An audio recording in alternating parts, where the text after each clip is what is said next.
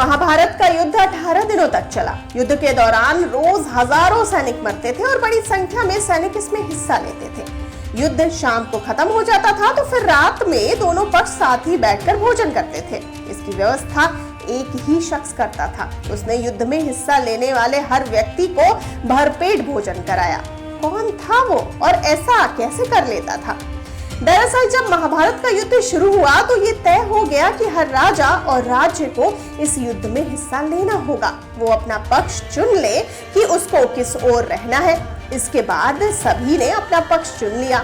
हालांकि कुछ ऐसे लोग भी थे जिन्होंने युद्ध में हिस्सा नहीं लेने का फैसला किया। एक शख्स ऐसा भी था कि जिसने युद्ध में तटस्थ रहने का फैसला किया।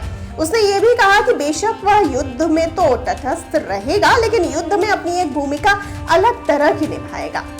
ये कोई और नहीं, ये उडुपी के शासक वासुदेव थे। जी हाँ, उडुपी का गहरा नाता कृष्ण से भी था। युद्ध में कुल मिलाकर 18 अक्षौहिणी सेना ने हिस्सा लिया था। हर अक्षौहिणी में करीब 1 लाख सैनिक होते थे। इस हिसाब से देखें तो जब युद्ध की शुरुआत हुई तो युद्ध के मैदान में कुल मिलाकर 13 लाख से ज्यादा सैनिक इसमें हिस्सा ले रहे थे। यहाँ आपको ये भी बता दें कि युद्ध स्थल से कुछ दूर उडुपी नरेश ने भोजनशाला बनाई। खाने का सारा सामान उडुपी से आता था।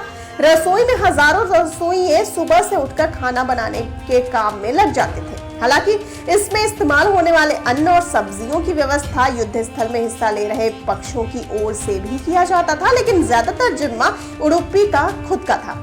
आपको बता दें कि उडुपी आज से नहीं बल्कि सैकड़ों सालों से खाना बनाने और खिलाने के काम में माहिर माने जाते थे। वहां बनाए गए खाने और व्यंजनों की न केवल तारीफ होती थी बल्कि लोग इसकी तारीफ करते थकते नहीं थे। जब रोज युद्ध रुकता था तो कौरव और पांडव पक्ष के लोग साथ बैठकर वहां खाना खाते थे। राजा युधिष्ठिर के साथ कृष्ण बैठा करते थे। दोनों साथ ही भोजन करते थे। उन्हें भोजन परोसने का जिम्मा खुद उडुपी नरेश संभालते थे। यह सब तब शुरू हुआ जब देश के सभी राजा पक्ष चुन रहे थे। उनके पास भगवान कृष्ण के साथ पांडवों या शक्तिशाली सेना के साथ कौरवों में चुनने का विकल्प था। हर राजा ने एक या दूसरे पक्ष को चुना।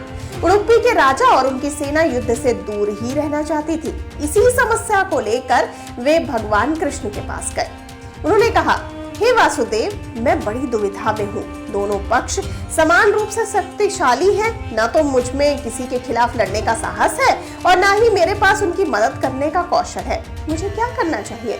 अगर मैं और मेरी सेना किसी एक पक्ष में शामिल हुई तो हम नष्ट हो जाएंगे। हम तटस्थ रहना चाहते हैं, युद्ध का हिस्सा नहीं बनना चाहते। कृपया हमारी मदद करें। भगवान श्री कृष्ण ने राजा उडुपी की दुविधा को समझा, उनके लिए एक समाधान निकाला। उन्होंने कहा कि राजा उडुपी, आप जिस दुविधा में हैं उसे महसूस करना बहुत स्वाभाविक है। तटस्थ रहने का आपका विचार बुद्धिमानी भरा और व्यवहारिक है। मैंने आपकी दलील पर विचार किया। मैंने एक ऐसा तरीका निकाला जिससे आप तटस्थ रहते हुए भी युद्ध में योगदान दे सकते हैं। युद्ध में भाग लेने वाले सभी योद्धाओं के भोजन का प्रबंध करने का जिम्मा आपका होगा। आपके पास यही एकमात्र विकल्प है। राजा उडुपी ने इस सुझाव पर खुशी खुशी सहमति जताई। उडुपी के राजा ने कहा, हर कोई युद्ध करने जा रहा है। युद्ध लड़ने वालों को खाना तो खाना ही पड़ता है। मैं कुरुक्षेत्र युद्ध के लिए भोजन परोसने वाला बनूंगा। उडुपी के राजा ने बहुत अच्छा भोजन परोसा। उन्होंने फिर बखूबी युद्ध में हिस्सा ले रहे हर शख्स के लिए भोजन की व्यवस्था का काम संभाला, जो वास्तव में बहुत कठिन था। उनकी रसोई की खासियत ये थी कि वहां जितनी भी भोजन रोज बनता था वो कतई ना तो बर्बाद होता था और ना ही इसकी कमी होती थी। सब कुछ एकदम परफेक्ट था। हर लोग हैरान थे कि वो ऐसा कर रहे हैं, लेकिन कैसे?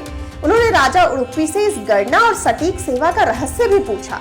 बल्कि ये भी हुआ कि पांडव तो उडुपी नरेश द्वारा शुरू की गई विशाल भोजनशाला की बड़ी रसोई का दौरा भी किए, ताकि वो देखें और समझें कि वो आखिर ये मुश्किल प्रबंधन इतने बेहतर तरीके से कैसे कर रहे हैं। रसोई में हर रसोइया अपने काम में मशहूर था। वह मसालों और खाने की महक से भरा हुआ था। रसोइयों ने कहा कि कितनी मात्रा रोज इस्तेमाल होनी है, इसकी गणना तो उडुपी नरेश ही करते हैं। वह उसी अनुसार उनसे स्टोर से सामग्री निकालने और बनाने के बारे में बताते थे। पांडवों ने ये राज उडुपी के नरेश से बताने के लिए कहा। तब उन्होंने कहा कि भगवान श्री कृष्ण की मदद से ही मैं योद्धाओं के लिए भोजन और पानी की सही मात्रा का अनुमान लगाने और गणना करने में सक्षम हूँ। हर रात मैं मूंगफली छिलता हूँ, उन्हें कृष्ण को अर्पित करता हूँ।